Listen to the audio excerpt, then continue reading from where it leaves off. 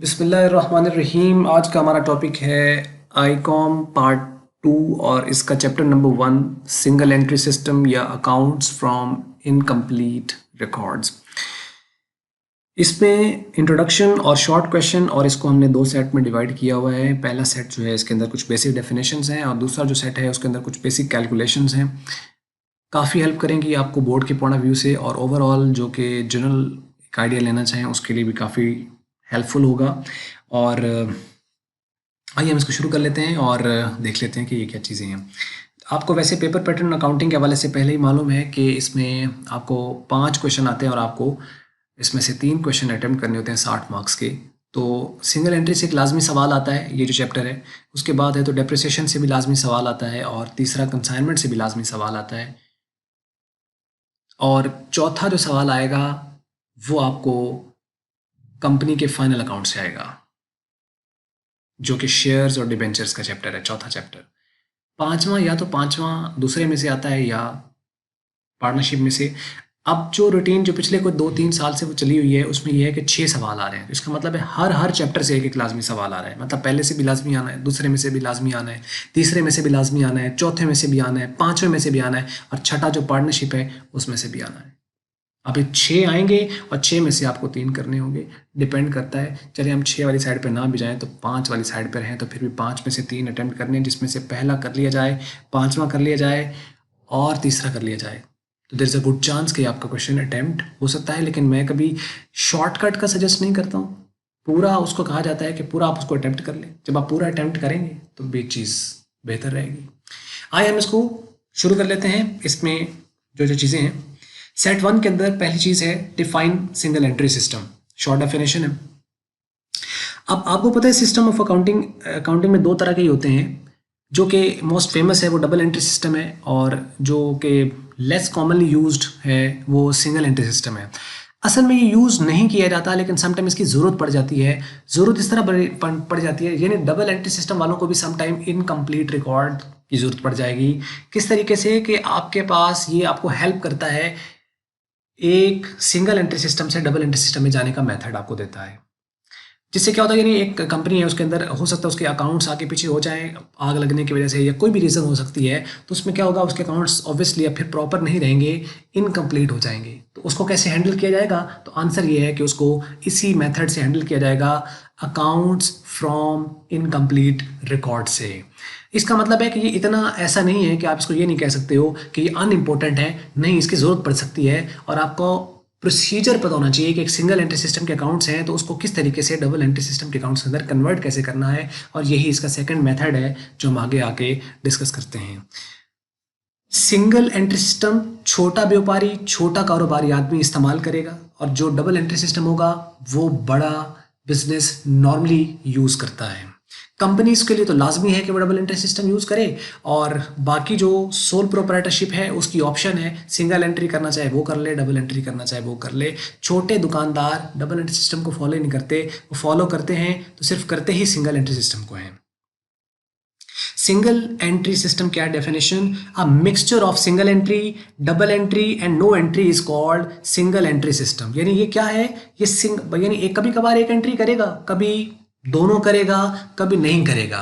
That's why it's called mixture of single entry, double entry, no entry, that is called single entry system. It is generally followed by small business concern. जो छोटा कारोबार होता है ना वो इसको follow करता है।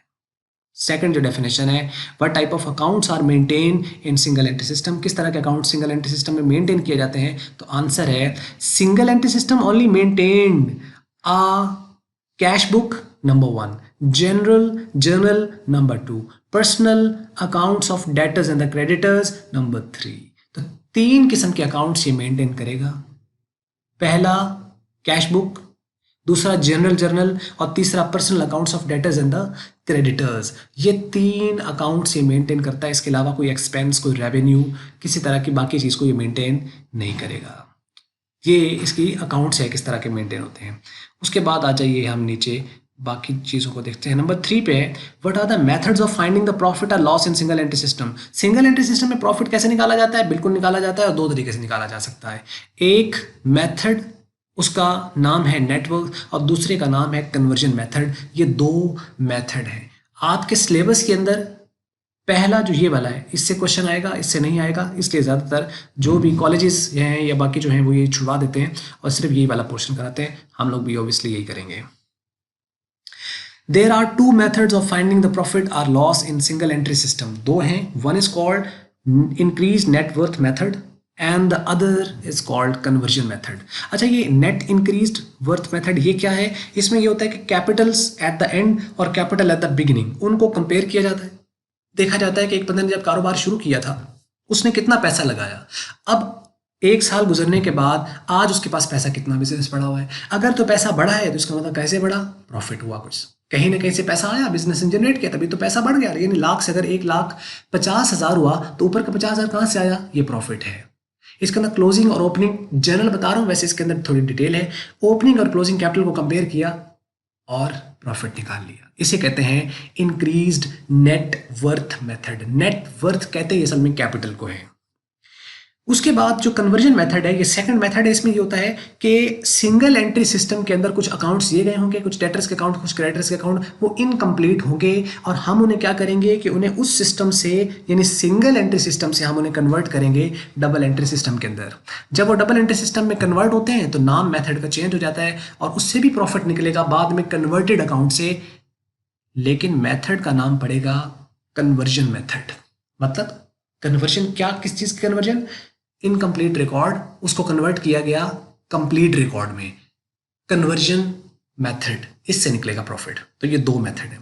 What do you mean by the double entry system? Double entry system क्या होता है? Double entry system is a proper system of recording in accounting. In double entry system both aspects of every transactions are always recorded in the books of accounts. दोनों के दोनों जो है इसके अंदर एस्पेक्ट्स रिकॉर्ड किए जाते हैं। दोनों एस्पेक्ट से क्या मुराद है? मतलब एक डेबिट एस्पेक्ट होगा और एक क्रेडिट एस्पेक्ट होगा। डेबिट भी रिकॉर्ड होगा और क्रेडिट भी रिकॉर्ड होगा, दोनों के दोनों रिकॉर्ड होंगे। ये होगा डबल एंट्री और ऑलवेज रिकॉर्ड होंगे, यानी कभी किया कभी नहीं किया। कभी कभी करना है ना तो फिर सिंगल एंट्री है, और अगर ऑलवेज करना है तो डबल एंट्री है।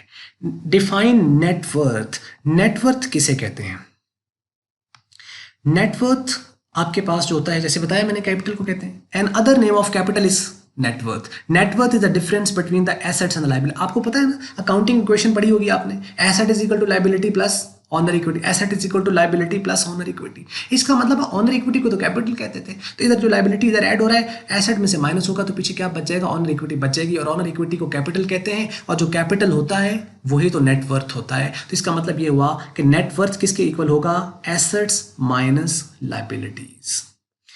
छठे नंबर पे define the statement of affairs. आपको पता है इसमें जो स्टेटमेंट्स बनाई जाती हैं सिंगल एंट्री सिस्टम में, वो दो ही तरह की स्टेटमेंट्स हैं। एक का नाम है स्टेटमेंट ऑफ अफेयर और दूसरी का नाम है statement of profit and loss. दो तरह की सिंगल एंट्री सिस्टम में बनेगी स्टेटमेंट्स, एक का नाम स्टेटमेंट ऑफ अफेयर, दूसरी का नाम statement of profit and loss. Statement of affair और statement of profit and loss. Statement of affair क्या होती है? ये जैसे आपने फाइनल अकाउंट फर्स्ट स्टेटमेंट पढ़े ना, उसमें आपने देखा होगा trading and profit and loss account और balance sheet, trading and profit and loss account और balance. Trading and profit and loss account जो बनता था उससे निकलता था हमारा प्रॉफिट या लॉस, जबकि जो बैलेंस शीट बनती थी उससे हमें पता चलता था कि हमारे बिजनेस की पोजीशन क्या है। एक से पता चलती थी प्रॉफिटेबिलिटी, एक से पता चलती थी पोजीशन। तो एक पोजीशन को टेस्ट करेगा, एक प्रॉफिटेबिलिटी को टेस्ट करेगा। दो किस्म की जो स्टेटमेंट्स थी हम लोग बनाते थे। सेम यहाँ पे प्रोसीजर बिल्कुल यहाँ पे वही आ गया।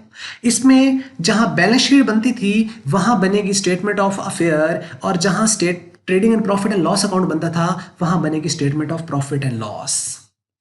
अब ट्रेडिंग कंसर्न्स बनाता है स्टेटमेंट ऑफ जो trading and profit and loss account, जबकि जो मैन्युफैक्चरर्स होते हैं वो बनाते हैं इनकम स्टेटमेंट। तो तीनों एक ही नाम है, बस जो statement of profit and loss है इसे सिंगल एंट्री सिस्टम में बनाया जाता है, जबकि इनकम स्टेटमेंट और trading and profit and loss account जो होते हैं वो डबल एंट्री सिस्टम के प्रोडक्ट्स हैं। आइए, statement of affair is a sort of balance sheet. बिल्कुल बैलेंस शीट की तरह की है, बैलेंस शीट की तरह की है नहीं, sort of balance sheet, balance sheet की तरह की है। Having asset on the left hand side and the liabilities on the right hand side. Assets left side पे होंगे और लायबिलिटीज राइट साइड पे होंगी। It is prepared under single entry system to find out the capital of the net worth. इसे क्यों बनाते हैं? Capital find करने के लिए। अगर तो कैपिटल पहले ही गिवन है तो ये नहीं बनेगी, दोबारा सुनिए, अगर तो कैपिटल पहले गिवन है तो ये नहीं बनेगी, और ये दो तरह की होती है भाई। एक होती है ओपनिंग स्टेटमेंट ऑफ अफेयर और एक होती है closing statement of affair. Opening क्या होती है, जो साल के शुरू में बनेगी। क्लोजिंग क्या होगी, जो साल के आखिर पे बनेगी। अच्छा, अगर तो दोनों ही गिवन है, ओपनिंग कैपिटल क्लोजिंग कैपिटल, तो ये दोनों नहीं बनेगी, और अगर दोनों गिवन नहीं है तो दोनों बनेगी। अब अगर तो कैपिटल गिवन होगा, opening capital closing capital given होगा, तो वो ओपनिंग एसेट ओपनिंग लाइबिलिटीज और क्लोजिंग एसेट क्लोजिंग लाइबिलिटीज नहीं देगा। अगर वो आपको कैपिटल देगा तो एसेट और लाइबिलिटीज नहीं देगा, और अगर वो आपको कैपिटल नहीं देगा तो एसेट और लाइबिलिटीज देगा। अगर उसने एसेट और लाइबिलिटीज दी तो हम उनको डिफरेंस लेके एसेट का टोटल लाइबिलिटीज का टोटल डिफरेंस लिया, कैपिटल फाइंड हो गया। जब कैपिटल आपके पास निकल आएगा तो वो आपके पास आगे अगली स्टेटमेंट जो कि statement of profit and loss है उसके अंदर यूज होगा। एक तरीका ये होगा। अब अगर तो ये इसमें कोई एक देता है, सपोज कि वो ओपनिंग कैपिटल दे देता है और क्लोजिंग का डेटा दे देता है, तो इसका मतलब ओपनिंग कैपिटल गिवन है, उसका ओपनिंग स्टेटमेंट ऑफ अफेयर बनाने की जरूरत नहीं है, सिर्फ क्लोजिंग बनाएंगे। यानी तब बनाएंगे जब उसका कैपिटल गिवन नहीं है। बाज दफा जैसे मैंने बताया कि कैपिटल देगा तो डेटा नहीं देगा, डेटा देगा तो कैपिटल नहीं देगा, लेकिन ये जरूरी नहीं है भाई। वो आपको डॉच करने के लिए क्या कर दे कि आपको डेटा भी दे दे और कैपिटल भी दे दे, तो बनाने की जरूरत नहीं है। जब आपको कैपिटल मिल गया है तो इसके अंदर डेटा को आप इग्नोर कर दोगे, क्योंकि वो करने के बाद भी तो वही कैपिटल आना है। तो जब कैपिटल आपको निकाल के दिया हुआ है तो देयर इज नो नीड, ये बात खत्म हो जाएगी यहाँ पे। तो स्टेटमेंट ऑफ अफेयर क्या है, बिल्कुल बैलेंस शीट की तरह की है। इसमें एसेट्स और लाइबिलिटीज होती हैं, सिंपल हो गया, और सिंगल एंट्री सिस्टम में बनती है। कितनी तरह की होती है, दो तरह की होती है। एक कौन सी है, single opening statement of affair, और दूसरी कौन सी है, क्लोजिंग स्टेटमेंट ऑफ अफेयर। उसके बाद जब ये बन जाएगी, इसके अंदर जो कैपिटल्स आएंगे वो आगे statement of profit and loss में यूज होंगे। Statement of profit and loss क्या है, नाम से जाहिर है इसमें से प्रॉफिट या लॉस निकालना है सिंगल एंट्री सिस्टम के अंदर। तो statement of profit and loss is a statement which is prepared under single entry system to find the profit और loss during the year. Single entry system में बनती है और प्रॉफिट या लॉस निकालने के लिए इसको बनाया जाता है। नीचे सेट 2 शुरू हो गया है, और उसके बाद जो है वो नंबर 8 क्वेश्चन है, 10 ही क्वेश्चन है टोटल इसके अंदर। Write down the disadvantages of single entry system. Single entry system के डिसएडवांटेजेस क्या है, अब ये आपने कंपेयर करने हैं किसके साथ, डबल एंट्री के साथ। तो जो डबल एंट्री सिस्टम के एडवांटेजेस हैं वो असल में इसके डिसएडवांटेज है। आप यूं कह लो, जो डबल एंट्री सिस्टम के यूनिक एडवांटेजेस हैं, यूनिक एडवांटेजेस, वो सिंगल एंट्री सिस्टम के यूनिक डिसएडवांटेज है। सिंगल एंट्री सिस्टम के जो यूनिक एडवांटेजेस हैं वो डबल एंट्री सिस्टम के यूनिक डिसएडवांटेज हैं, और जो इसके यूनिक एडवांटेज हैं वो डबल एंट्री सिस्टम के यूनिक डिसएडवांटेजेस हैं। Simple is that. आइए हम इसको देख लेते हैं, कंपैरिजन करेंगे इसको डबल एंट्री सिस्टम के साथ तो पॉइंट्स मिल जाएंगे। Following are the disadvantages the drawbacks of the single entry system. पहला point, nominal accounts are not maintained in single entry system. इसका अंदर नॉमिनल डबल में होते हैं मेंटेन, और इसमें मेंटेन नहीं होते। डिफरेंस भी क्लियर होगा और साथ डिसएडवांटेज और एडवांटेज भी क्लियर होंगी। Nominal accounts are not maintained in, nominal accounts are not maintained, ये बात तो समझ आ गई, लेकिन ये होते क्या है, होते क्या है, जो भी रेवेन्यू और एक्सपेंस के अकाउंट्स होंगे, जो भी रेवेन्यू और एक्सपेंस के अकाउंट होंगे नॉमिनल कहलाएंगे। जैसे कि सैलरी अकाउंट, जैसे कि कमीशन अकाउंट, जैसा कि इंटरेस्ट अकाउंट, जैसे कि रेंट अकाउंट, चाहे रेंट रिसीव्ड हो चाहे रेंट पेड हो, चाहे कमीशन रिसीव्ड हो चाहे कमीशन पेड हो, चाहे इंटरेस्ट रिसीव्ड हो चाहे इंटरेस्ट पेड हो, ये सारे के सारे जो अकाउंट्स होंगे, ये सारे के सारे आपके क्या कहलाएंगे, नॉमिनल अकाउंट्स कहलाएंगे। अच्छा, नॉमिनल के तो कंपैरिजन करते हैं तो हमें दिखता है कि हमारा बिजनेस जो है वो प्रॉफिटेबिलिटी में कहाँ स्टैंड कर रहा है। नॉमिनल अकाउंट्स आपको हेल्प करते हैं प्रॉफिट निकालने के लिए। तो यहाँ अगर मेंटेन नहीं हो तो प्रॉफिट कैसे आएगा भाई, इसका तो तरीका कार्य अलग है, इसका प्रॉफिट निकालने का तरीका कार्य अलग है। ये प्रॉफिट आपके रेवेन्यू और एक्सपेंस को कंपेयर करके निकालता ही नहीं है सिंगल एंट्री सिस्टम। अभी तो पीछे बताया ना। अभी कैसे करेगा ये, इसको प्रॉफिट लॉस कैसे निकालेगा, ऐसे निकालेगा कि ये अपने कैपिटल को करेगा कंपेयर। जब वो कंपेयर करेगा उसमें आपका कैपिटल अगर क्लोजिंग ज्यादा हुआ ना तो प्रॉफिट है, और अगर क्लोजिंग कम हुआ, ओपनिंग ज्यादा हुआ तो फिर लॉस है। लेकिन बीच में थोड़ी एडजस्टमेंट के साथ ये मैंने रफ सा आइडिया दिया, क्योंकि आगे जब हम प्रॉब्लम में जाएंगे डिटेल में बात करेंगे। दूसरी जो इसका डिसएडवांटेज है वो है trial balance can not be prepared under single. हाँ भाई, ट्रायल बैलेंस क्यों नहीं बना सकते भाई, ट्रायल बैलेंस तो तभी बनती है जब डेबिट भी आपने रिकॉर्ड किया प्रॉपरली और क्रेडिट भी आपने प्रॉपरली रिकॉर्ड किया। क्योंकि ट्रायल बैलेंस का तो पर्पज ही है कि डेबिट का सम और क्रेडिट का सम हमेशा बराबर आना चाहिए।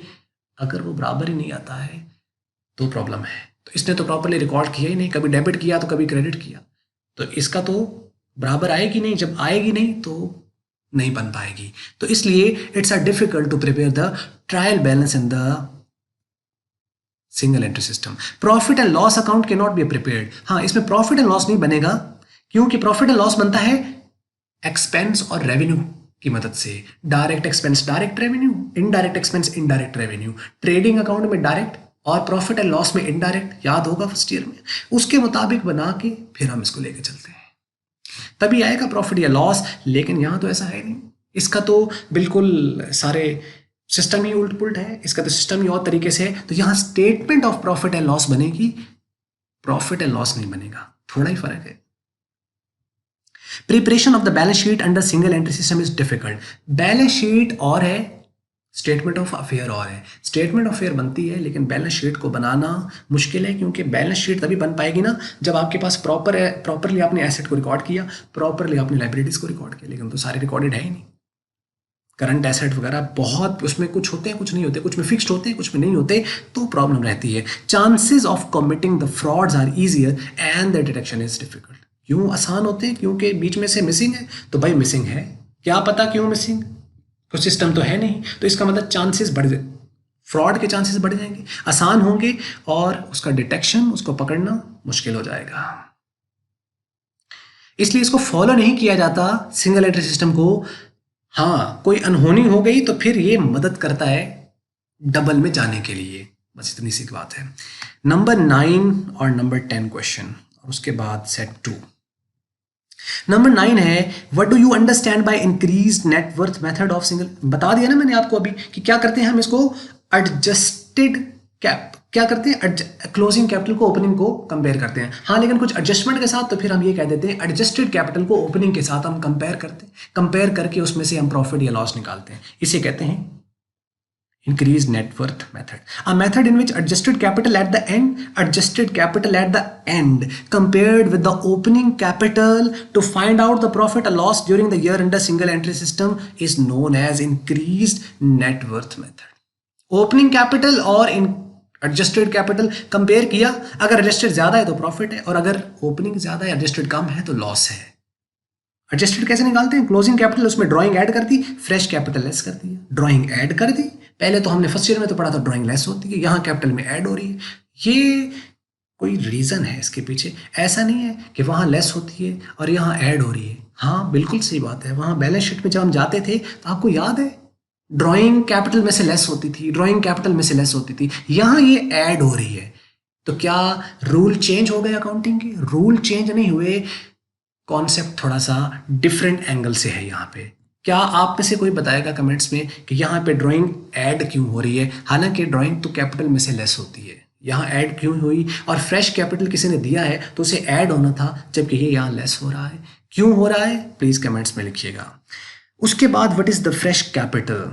फ्रेश कैपिटल कौन सा होता है? जो आपका फर्दर कैपिटल, जो आपने ड्यूरिंग द ईयर आपने सबमिट कराया, फ्रेश कैपिटल कहलाएगा। Capital which is introduced by the owner in business during the year is known as fresh capital.